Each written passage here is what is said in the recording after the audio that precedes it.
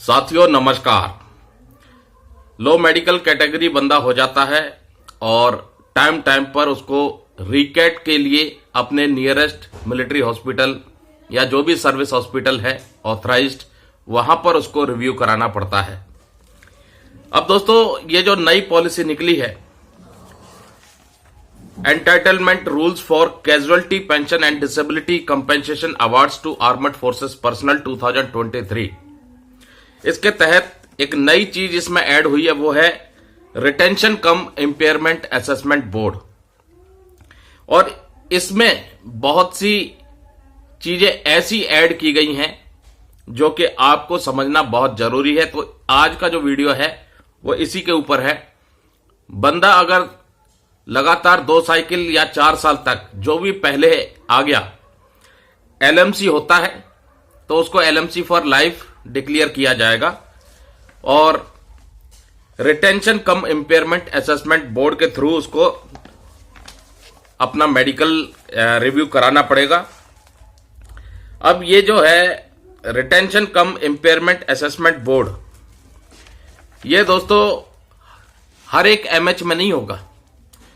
इसके लिए भी कुछ शर्तें निर्धारित की गई हैं कि आपका जो RIAB यानी रिटेंशन कम इंपेयरमेंट असेसमेंट बोर्ड जो होगा वो केवल उसी सर्विस हॉस्पिटल में होगा या उसी मिलिट्री हॉस्पिटल में होगा जिसमें कि वो सर्विस हॉस्पिटल कमांड की जा रही है ब्रिगेडियर रैंक या उसके इक्विवेलेंट रैंक के अफसर के द्वारा।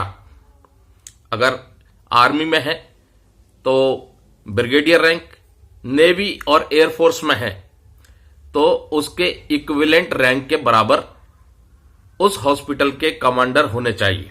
वहीं पर रिटेंशन कम इंपेयरमेंट असेसमेंट बोर्ड होगा।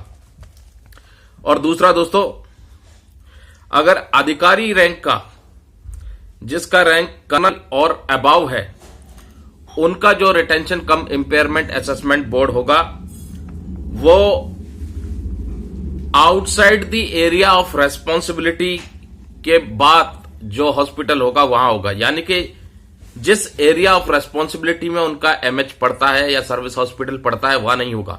एरिया ऑफ रेस्पॉन्सिबिलिटी के बाहर जो सर्विस हॉस्पिटल होगा वहां पर उनका रिटेंशन कम इंपेयरमेंट असेसमेंट बोर्ड बैठेगा। अब दोस्तों, रिटेंशन कम इंपेयरमेंट असेसमेंट बोर्ड, इसमें